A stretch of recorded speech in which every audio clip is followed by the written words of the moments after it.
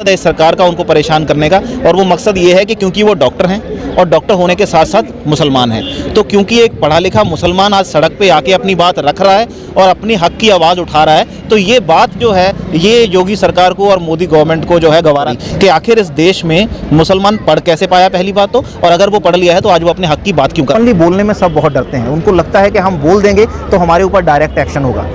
आप यकीन नहीं मानेंगे, हमारी एसोसिएशन अगर एक ट्वीट भी कर देती है तो ट्वीट करने पे पीएमओ से फ़ोन आता है हमारी एडमिनिस्ट्रेशन के पास, और एडमिनिस्ट्रेशन तुरंत फ़ोन करती है कि आप इस ट्वीट को डिलीट PRD हॉस्पिटल गोरखपुर से चर्चा में आए डॉक्टर कफील खान को योगी सरकार ने गिरफ्तार कर लिया है। अलीगढ़ में जो स्पीच दी थी उस वजह से, उसके बाद उनकी बेल हुई और बेल के समय उन पे NSA लगा दिया। मेरे साथ इस मुद्दे पे बात करने के लिए हरजीत भट्टी साहब हैं, जो खुद एक डॉक्टर हैं और एम्स में जो है अपनी सेवाएं दे रहे हैं। क्या कहेंगे डॉक्टर साहब, जिस तरीके के जो है डॉक्टर कफील पे जो है NSA लगा दिया है? जी, ये बहुत ही गलत है कि वो डॉक्टर हैं और डॉक्टर होने के साथ साथ उन्होंने बहुत सारे उन्होंने हेल्थ कैंप्स भी लगाए हैं। जब भी आप देखेंगे उनको हमेशा वो कहीं ना कहीं हेल्थ कैंप लगाते हैं, लोगों की सेवा करते हैं, लेकिन फिर भी पिछले 2-3 साल से, मतलब पिछले 2 साल से जब से ये इंसिडेंस हुआ है तब से लेके आज तक सरकार उनके पीछे पड़ी हुई है। खासकर योगी सरकार उनको जानबूझ के उनको परेशान करती है, और उनका सारे केसेस क्लियर होने के बावजूद भी अभी तक उन्हें सस्पेंडेड रखा हुआ है BRD मेडिकल कॉलेज से। वहाँ पे उनको अपनी सेवाएं नहीं देने दे रहे हैं, कहीं और उनको ज्वाइन नहीं करने देते एज अ डॉक्टर, और उसके बाद फिर अगर वो अपनी अब सेवाएं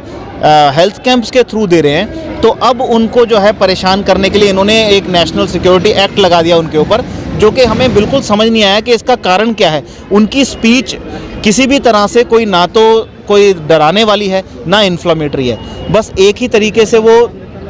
जो कर रहे थे, अपनी बात रख रहे थे, उसका सिर्फ एक ही मकसद है इस सरकार का उनको परेशान करने का, और वो मकसद ये है कि क्योंकि वो डॉक्टर हैं और डॉक्टर होने के साथ साथ मुसलमान हैं, तो क्योंकि एक पढ़ा लिखा मुसलमान आज सड़क पे आके अपनी बात रख रहा है और अपनी हक की आवाज़ उठा रहा है, तो ये बात जो है ये योगी सरकार को और मोदी गवर्नमेंट को जो है गवारा नहीं हो रही कि आखिर इस देश में मुसलमान पढ़ कैसे पाया, पहली बात तो, और अगर वो पढ़ लिया है तो आज वो अपने हक की बात क्यों कर रहा है। अपने बड़ी बात की कि मुस्लिम होने की वजह से उनको टारगेट किया जा रहा है। क्या लगता है कि जो है अभी इमरान प्रतापगढ़ी पे जो है मुरादाबाद में उन पे जुर्माना पड़ा है, तो क्या लगता है डॉक्टर कफील, इमरान प्रतापगढ़ी जैसे लोगों को जो है सरकार क्यों जो है बार बार हमला कर रही है? ये सरकार का तो शुरू से ही टारगेट रहा है। आपने देखा होगा अभी CAA NRC जो लेके आए हैं, इनका शुरू से ही टारगेट हमेशा हिंदू मुसलमान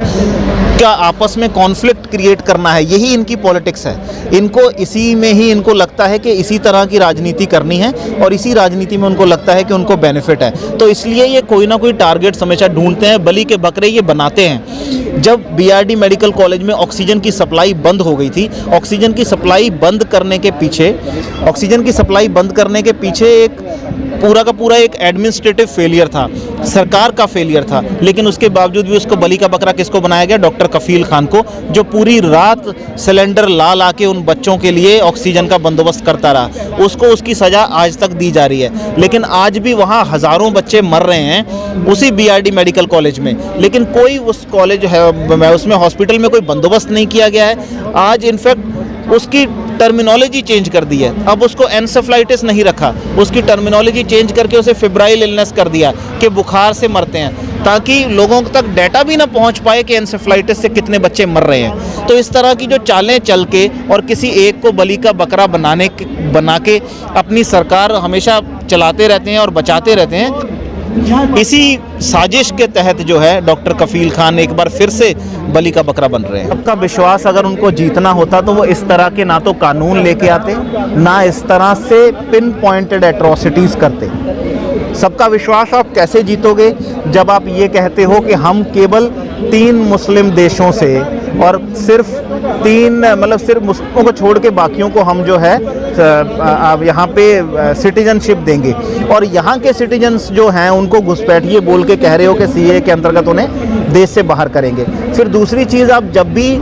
कहीं भी कुछ भी परेशानी होती है, आप वहाँ से कोई ना कोई एक मुस्लिम को पिन पॉइंट करते हो, और उसके ऊपर जो है जो सबसे ज़्यादा एट्रोसियस, जो सबसे बुरे तरीके के कानून होते हैं, जो अंग्रेज हमारे ऊपर लगाते थे, उस तरह के कानून आप उसके ऊपर लगा देते हो, और उनको एक तरीके से मतलब काट के मतलब उनको दिखाते हो कि भाई इन्हीं की वजह से सब गलत हो रहा है, इसी का विक्टिम अभी डॉक्टर कफील भी बन रहे हैं, तो उनकी गलती है। जब वो पहले ये बताइए कि हिंसा जहाँ भी हुई है उसके अभी विजुअल्स हैं, हर चीज़ के प्रूफ्स हैं कि वो हिंसा इन्हीं के लोगों ने बीच में घुस के की है। पुलिस खुद देखी गई है कि पुलिस वीडियोस रिलीज हुई हैं जिसमें पुलिस खुद दिखाई गई है कि पुलिस पेट्रोल डाल के जो है बसेस जला रही है, और उसके बाद फिर इस तरह का केस बना के जो है लोगों को मारना शुरू कर देते हैं। एक भी प्रॉपर इंक्वायरी अभी तक क्यों नहीं करवाई है? अगर अमित शाह जी उनको सपोर्ट तो करते हैं, आप एक प्रॉपर इंक्वायरी क्यों नहीं कराते? जब JNU में गुंडे घुसते हैं नकाब पहन के और शरेआम लाठियाँ चलाते हैं, रॉड मारते हैं, लोगों के सर फाड़ते हैं, उसमें बड़े बड़े स्टिंग ऑपरेशन हो गए जिसमें साफ दिखाया गया कि ये लोग पिन पॉइंट कर दिए गए हैं कि इन लोगों ने जाके वहाँ पे स्टूडेंट्स में यूनिवर्सिटी के अंदर घुस के लाठियाँ मारी। आप बताइए कि किसने एक्शन लिया है? अभी तक कौन सा एक्शन हुआ है? किसको पकड़ा गया है? अगर यही उनमें से अगर गुंडों में से स्टिंग ऑपरेशन में अगर एक भी मुसलमान होता तो उसको पकड़ के अभी तक जेल में डाल दिया होता, उसके ऊपर NSA लगा दी होती, उसके अंदर जितनी एट्रोसियस एक्ट्स हैं वो सब उसके ऊपर लगा दिए होते। तो बिल्कुल हम लोग जितनी डॉक्टर्स की एसोसिएशंस हैं, ऑर्गेनाइजेशंस हैं, सबसे हम लोग बात कर रहे हैं और सबको बोल रहे हैं कि आप इस चीज़ को सपोर्ट कीजिए। एक्चुअली अभी क्या है, जितनी भी ऑर्गेनाइजेशंस हैं या जितनी भी एसोसिएशंस हैं वो इतना डरी हुई हैं, सपोर्ट तो करते हैं लेकिन ओपनली बोलने में सब बहुत डरते हैं। उनको लगता है कि हम बोल देंगे तो हमारे ऊपर डायरेक्ट एक्शन होगा। आप यकीन नहीं मानेंगे, हमारी एसोसिएशन अगर एक ट्वीट भी कर देती है तो ट्वीट करने पे PMO से फ़ोन आता है हमारी एडमिनिस्ट्रेशन के पास और एडमिनिस्ट्रेशन तुरंत फ़ोन करती है कि आप इस ट्वीट को डिलीट कर दीजिए। जब आपको एक जो 240 शब्द लिखने हैं अगर उसमें ही इतनी दिक्कत है तो आपको लगता है कि कोई ऑर्गेनाइजेशन ऐसे ओपनली खुल के आएगी और इस रेजिम के खिलाफ खड़ी हो पाएगी? हम हालांकि उम्मीद कर रहे हैं कि क्योंकि एक डॉक्टर का इशू है, डेफिनेटली लोग निकल के आना चाहिए और हम उम्मीद करते हैं कि आएंगे भी, लेकिन उनके सहारे पे ही अगर हम रहेंगे कि वही आके हमें बचाएंगे तो मुझे नहीं लगता कि अभी इस तरह से कोई ओपनली लड़ने के लिए कोई ऑर्गेनाइजेशन या एसोसिएशन तैयार है। जब नहीं उठेंगे तो फिर ऐसे डॉक्टर कफील या उन जैसी बाकी फैमिली कैसे लड़ पाएगी? बिल्कुल, इसके लिए हमें एक तरह से मतलब पूरे हर किसी को बाहर निकलना होगा, हर किसी को उनकी सपोर्ट में खड़े होना होगा, हर किसी को कारण पूछना होगा कि भाई इस तरह की अगर आपने कोई धारा लगाई है इसका कारण क्या है, इसके पीछे फैक्ट्स क्या हैं। बस आपको लगा कि इसने जो बोला है वो इन्फ्लेमेटरी है तो इसके लिए आपने जो है उनके ऊपर NSA सीधा लगा दी, आप उसको जस्टिफाई कीजिए कि ऐसा क्यों है। और उसके बाद अगर आप उनको पिन पॉइंट कर रहे हैं तो उसके अलावा कितने सारे लोग हैं,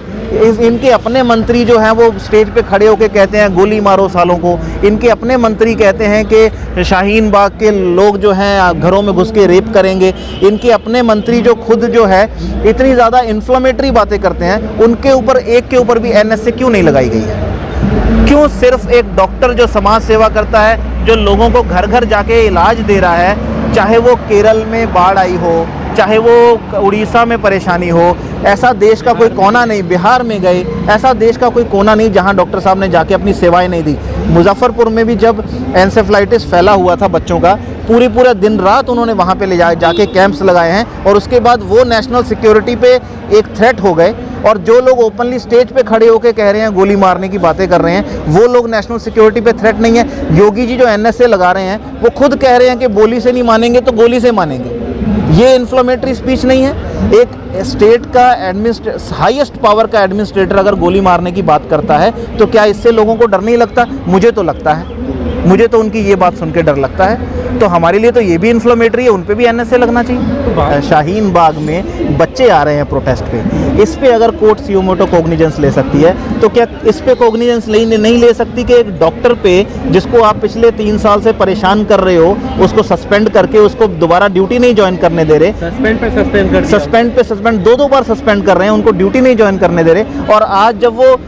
समाज सेवा कर रहे हैं, कोई 1 रुपया नहीं ले रहे किसी से, उसके ऊपर आप उनको नेशनल थ्रेट बता रहे हो आप, तो ये तो टोटली अनएक्सेप्टेबल है। लेकिन हम जो है ना, हम एक ऐसे देश में रहते हैं जहाँ डेमोक्रेसी तो है लेकिन फिर भी वो जो एक राजा और प्रजा का कल्चर अभी तक नहीं गया है। जो इंस्टीट्यूशंस को हमें डेवलप करना चाहिए था, जुडिशरी को, पुलिस को, एडमिनिस्ट्रेशन को, मिलिट्री को, वो इंस्टीट्यूशन इतने इंडिपेंडेंट नहीं है। वो अभी भी सिर्फ राजा को अपीज़ करने में लगे रहते हैं। वो अभी भी ये कोशिश करते हैं किसी तरीके से मोदी शाह को खुश कर दें। वो ये नहीं सोचते कि न्याय कैसे देना है, कानून व्यवस्था कैसे बनाई रखनी है। तो हमारी तो रिक्वेस्ट है कोर्ट से भी कि कोर्ट इसका सियोमोटो कॉग्निजेंस ले और इस पे बुलाए, यूपी गवर्नमेंट को बुलाए कि तुमने क्यों लगाया है, बताएं।